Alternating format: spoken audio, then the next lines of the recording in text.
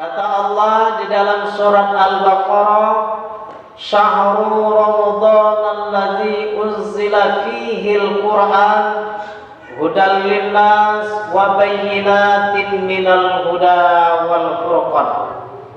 Kata Allah, pada bulan Ramadan itu kami turunkan Al-Quran.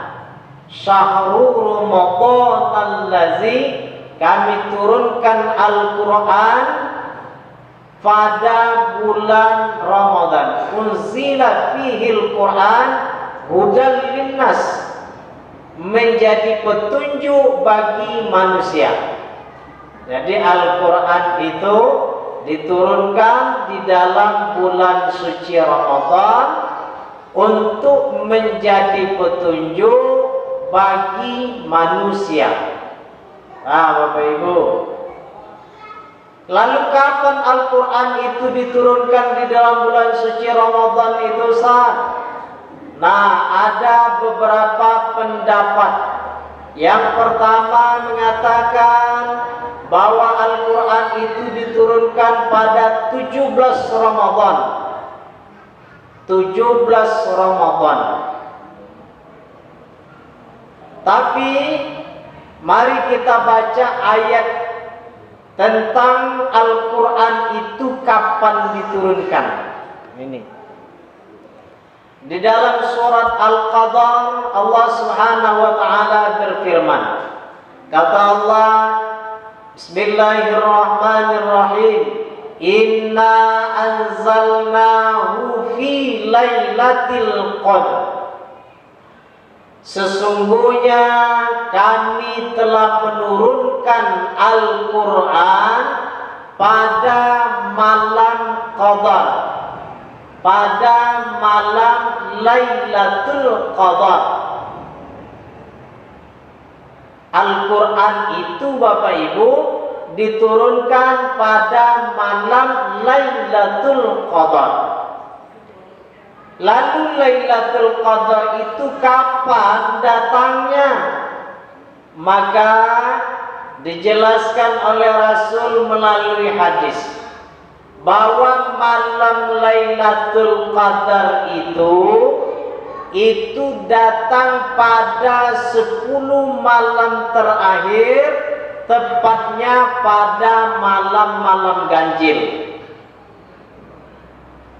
Malam 21, 23, 25, 27, 29. Dalam penjelasan Rasul, Lailatul Qadar itu datangnya, turunnya Bapak Ibu pada malam ganjil di 10 terakhir bulan suci Ramadan.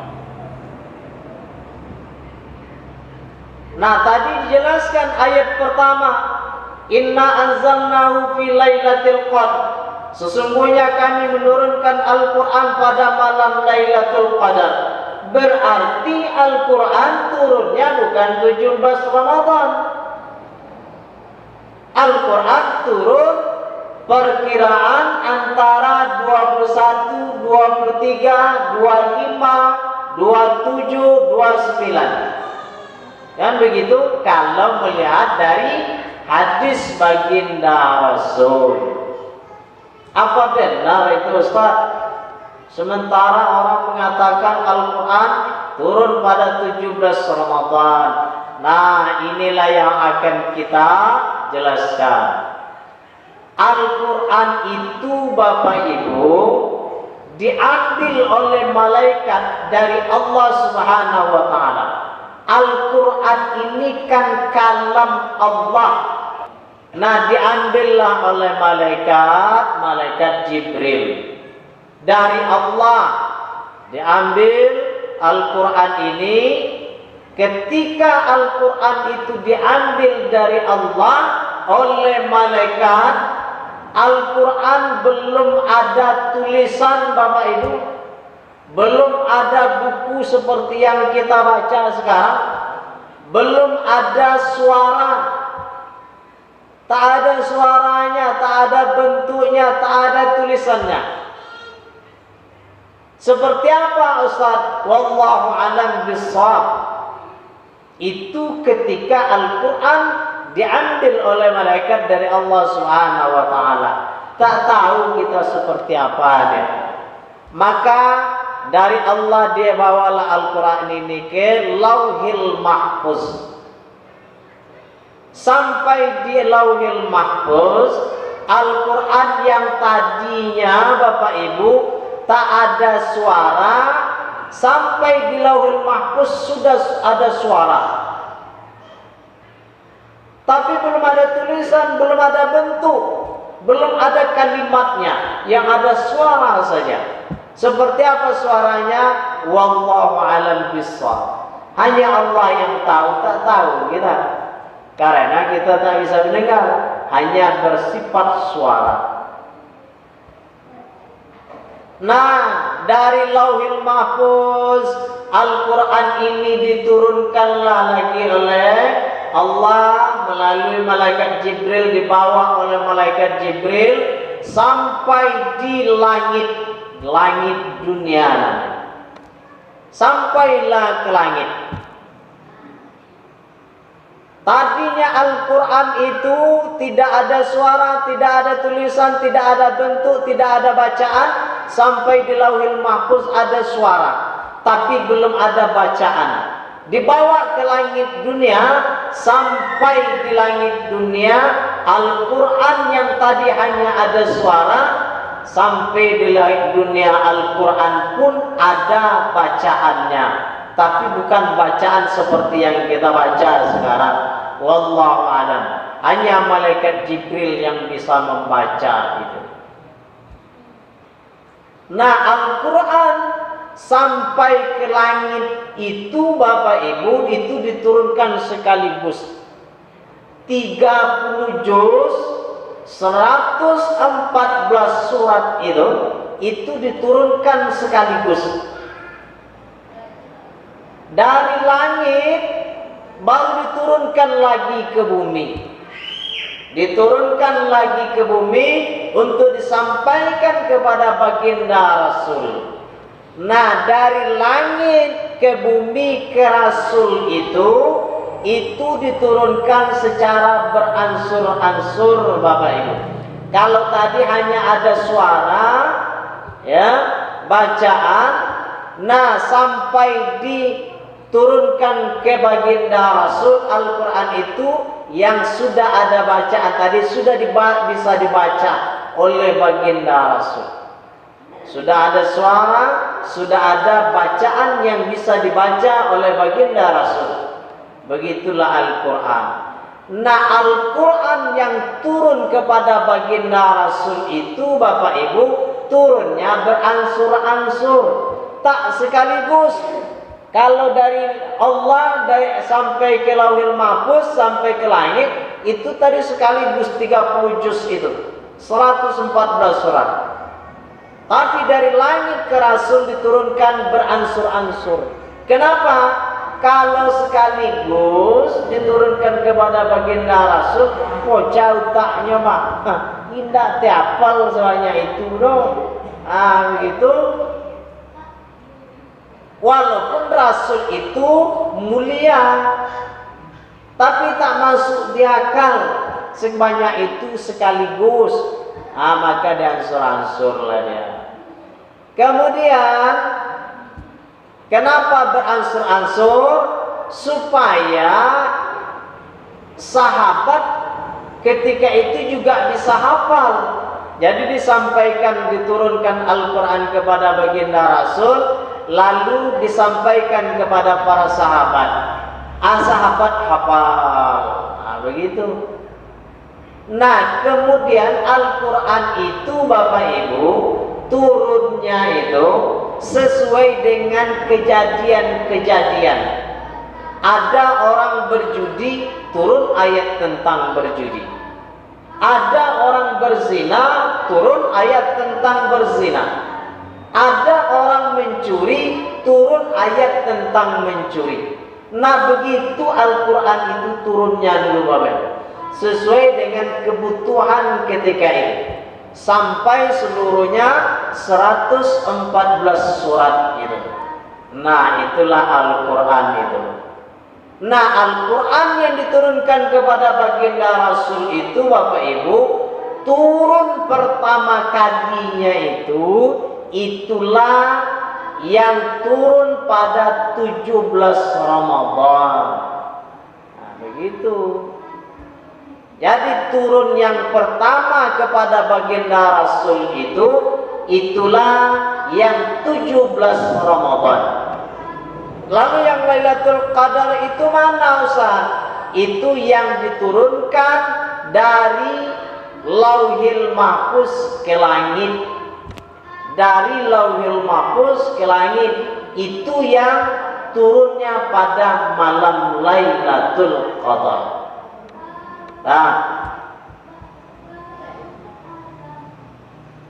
Nah, Bapak Ibu yang dimuliakan Allah, apa ayat pertama yang diturunkan kepada Rasul? Ini yang selalu kita baca. Yang pertama diturunkan kepada Rasul itu 5 ayat surat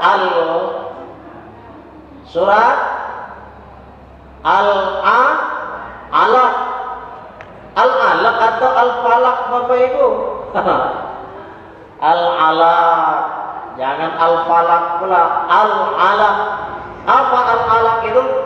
Iqra bismi rabbikal ladzi khalaq, khalaqal insana min 'alaq. Iqra wa rabbukal akram allazi 'allama bil qalam, 'allamal insana ma lam ya'lam. Kata Allah, Iqra. Dibawalah Al-Quran ini kepada baginda Rasul oleh malaikat Jibril. Kata malaikat Jibril kepada Nabi Muhammad, Iqra ya Muhammad, baca hai Muhammad. Muhammad tak pandai membaca, Pak. Dia ummi. Nabi Muhammad itu, Bapak Ibu, Nabi Muhammad itu ummi. Ummi itu maksudnya tak bisa membaca. Ya, kenapa Nabi Muhammad ummi ketika Al-Quran itu diturunkan? Supaya orang-orang kafir, orang-orang Yahudi tidak menganggap Al-Quran itu rekayasa dari Nabi Muhammad. Kalau seandainya Nabi Muhammad itu bisa membaca, bisa saja dia mengarang atau membaca buku-buku lain lalu disampaikannya kepada umat. Nah, menghindari fitnah seperti itu, maka disengajalah Nabi Muhammad itu ummi, tidak bisa membaca, tidak bisa menulis. Nah, begitu. Bapak Ibu, Iqra, baca. Lah, kamu tak pandai membaca, kata Rasul. Maka disambunglah, Iqra bismi rabbikal ladzi khalaq. Baca dengan menyebut nama Tuhanmu. Iqra bismi rabbikal ladzi khalaq. Bacalah dengan menyebut nama Tuhanmu.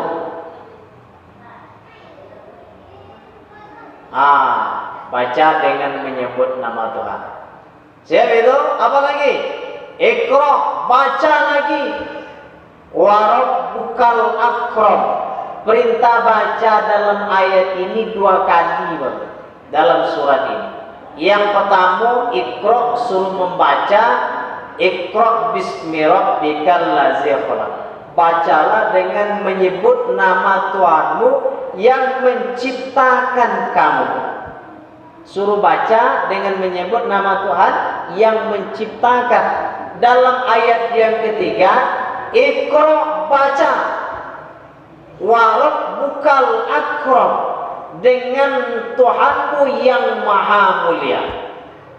Kalau dalam ayat pertama Allah menyebut suruh baca tentang Allah dalam hal penciptaan, Bapak Ibu. Dalam hal penciptaan. Dalam ayat ketiga Allah suruh baca dalam hal keagungan kemuliaan Allah Subhanahu wa taala. Aiko kalau diawak kajinya Bapak Ibu lah tauhid ma'rifat lah. Pertama untuk mengenal Allah itu Bapak Ibu, kenali ciptaannya.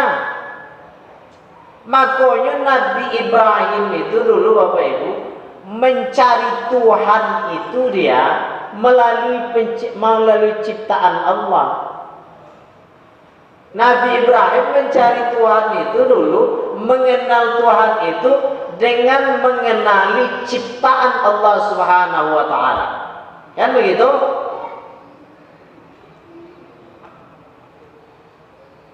Nampak matahari Tuhan, nampak bulan Tuhan, nampak bintang Tuhan, dianggap Tuhan.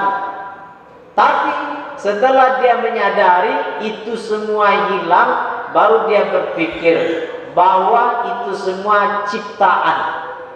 Ada berarti yang menciptakannya. Ada yang menciptakan bulan, menciptakan matahari, menciptakan bintang, menciptakan dunia, menciptakan alam ini. Sang pencipta itulah yang disebut dengan Tuhan. Begitu. Makanya Allah perintahkan kita membaca dengan mengenali penciptanya lebih dahulu. Ciptaannya dikenali dulu.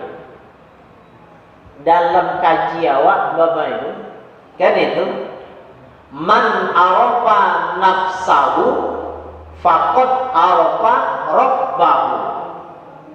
Barang siapa yang mengenal dirinya, maka dia akan mengenal Tuhannya. Orang yang mengenal dirinya, maka dia akan mengenal Allah. Begitu. Kenapa? Yang pertama, di dalam diri kita ini terdapat tanda-tanda adanya Allah. Terdapat tanda-tanda adanya Allah. Kita bernyawa, dari mana asal nyawa kok? Tak mungkin nado langsung no kan begitu? Tentu ada yang memberinya nyawa. Kita bisa melihat karena ada mata. Tak mungkin awak bisa begitu saja punya mata kalau tak ada yang maha memberi penglihatan.